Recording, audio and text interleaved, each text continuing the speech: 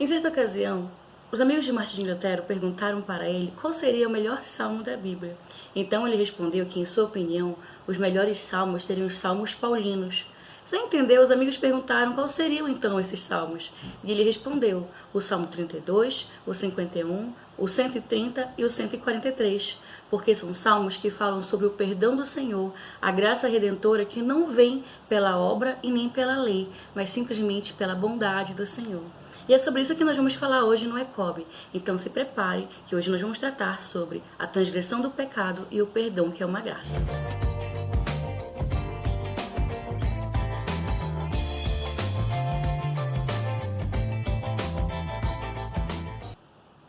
Olá pessoal, sejam bem-vindos a mais um ECOB. Hoje nós vamos falar sobre a graça redentora e a transgressão do pecado.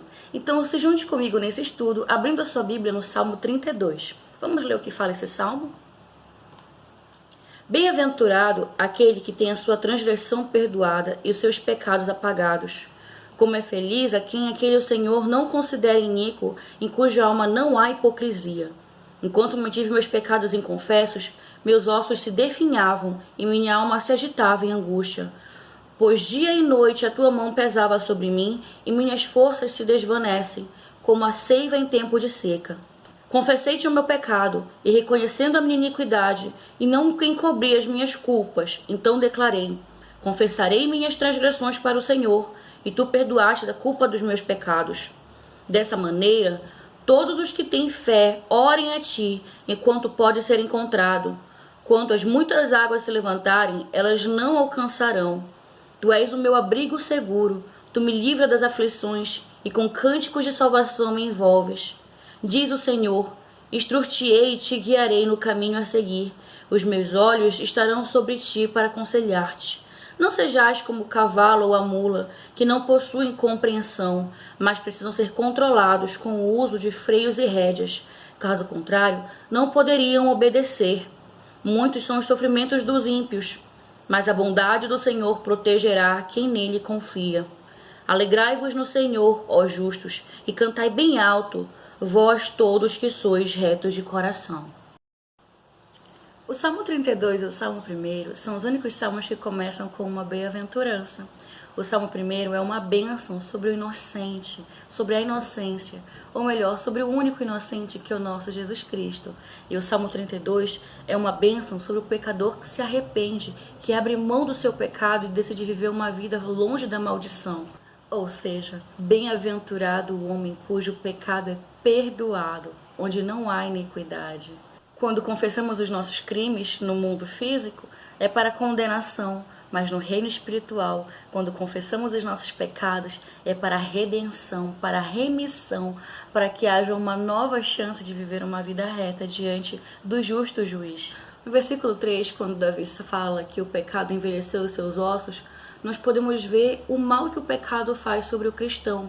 Como isso, para nós, é como maldição, é como uma tortura. Principalmente para nós que já conhecemos a face do Senhor, que já temos intimidade com Deus. O pecado é incompatível com a santidade que o Senhor quer derramar sobre nós.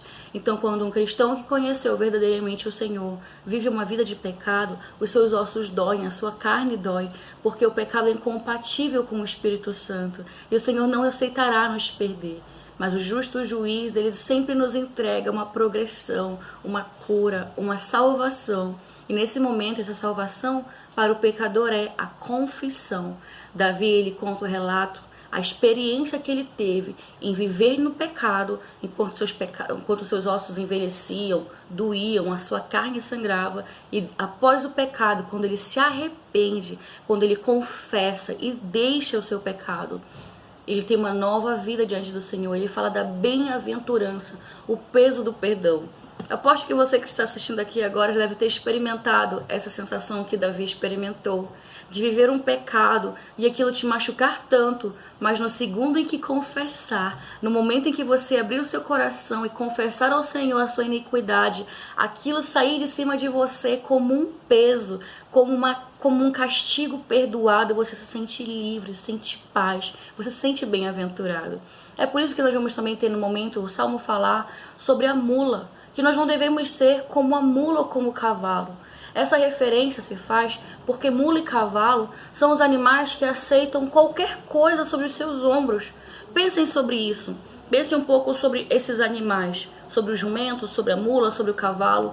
Eles não questionam se a pessoa que está sobre eles é uma boa ou uma má pessoa, se o que colocam em cima deles é ouro, ou se colocam estrumes, ou madeiras, ou raízes. Eles não questionam nada disso, eles simplesmente carregam um fardo, e sempre carregam um fardo sem questionar esse fardo. Assim somos nós em relação ao pecado. Muitas vezes nós cometemos pecados pelo prazer da carne, às vezes por medo de alguma represália, mas independente da circunstância, do motivo pelo qual cometemos o pecado, ele é sobre nós como uma carga, e nós somos como mulas, como jumentos. Ou seja, o que animal representaria melhor o pecador do que um jumento que aceita qualquer fardo sem questionar? O Espírito Santo, ele não é assim. O Espírito Santo, ele quer nos livrar dos fardos, porque ele não nos trata desse jeito. Ele não nos trata como Satanás nos trata. Ele nos trata com amor, com benevolência, e ele quer retirar de nós as cargas, os pesares, o fardo, o dolo, a transgressão. E é por isso que nós temos que passar pelo processo da confissão de pecados. A confissão de pecados não é um momento de escândalo ou de envergonhar, mas é um momento de arrependimento, de desejar no Senhor algo tão mais profundo que aquela dor, a libertação. É por isso que quando nós confessamos os nossos pecados ao Senhor e somos perdoados, nós somos comparados com as bem-aventuranças, nós somos abençoados. Aquele que semeia o pecado sempre vai colher decepção, frustração, mazelas, dores físicas, emocionais e psicológicas. Nós não temos como fugir do mal que o pecado nos causa.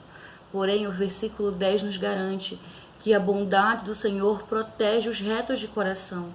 Se nós desejamos viver uma vida santa diante do Senhor, isso não significa de forma nenhuma que nós nunca mais iremos pecar, mas nós podemos ter a confiança que no nosso Deus nós sempre teremos refúgio. Pense um pouco sobre isso. Esse salmo fala que o Senhor é o nosso refúgio. Ou seja, até então o pecado tornava Deus o nosso juiz, mas o arrependimento transforma Ele no nosso socorro, na nossa proteção. O mesmo Deus pode tanto condenar-nos como pode nos perdoar. Nós podemos escolher a penitência. Nós podemos escolher sofrer pelo pecado ou ser perdoados pelo Senhor. Basta que o nosso coração deseje o verdadeiro arrependimento. Basta que a nossa carne não concorde mais em viver em pecado, que o nosso espírito clame por arrependimento. Nós devemos estar com o Senhor. O versículo 11 vai concluir falando sobre a alegria de estar com o Senhor, sobre a verdadeira alegria. Fala sobre cantar, sobre louvar, sobre estar alegre. Pense sobre isso. Pense na verdadeira felicidade que é ter o seu coração transparente, a sua vida transparente diante do Senhor, conseguir ser com Ele como um amigo, ter um justo juiz como seu amigo. Pense um pouco sobre isso. Esse salmo ele vai falar sobre a transgressão do pecado, mas a graça redentora. Vai falar o mal que o pecado nos causa, porém vai falar o bem que o arrependimento nos traz. Nós podemos escolher isso com Deus. Nós podemos escolher ter uma vida de pura felicidade em saber que o nosso condenador é o mesmo que perdoou os nossos pecados. O juiz perdoou os nossos pecados. É muito mais que perdoou os nossos pecados. Quem tinha poder de nos condenar, decidiu nos salvar, decidiu nos perdoar. Pense sobre isso. Se hoje você está guardando um pecado no seu coração e isso está te afligindo, te trazendo engano, tristeza, mazela, você pode escolher hoje o Senhor como um justo juiz. E como um justo juiz que se dobra a você. O Salmo 51 vai falar que coração quebrantado e contrito é o que agrada o Senhor. Você pode se afastar de Deus ou você pode se aproximar dele. Isso depende da sua escolha de se aproximar através da confissão, de pedir perdão, de se arrepender.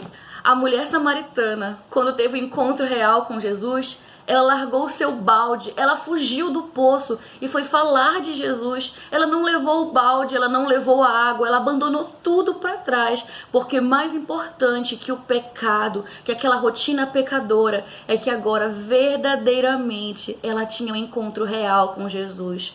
Então se alegre no Senhor, se confie no Senhor, permita que a bondade dele te cerque, permita que o seu amor seja para você escape desse mal, da sua transgressão. Se os seus ossos doem, se a sua carne queima, se o seu coração deseja um encontro verdadeiro com Jesus, eu quero te convidar nesse momento a fazer uma oração comigo.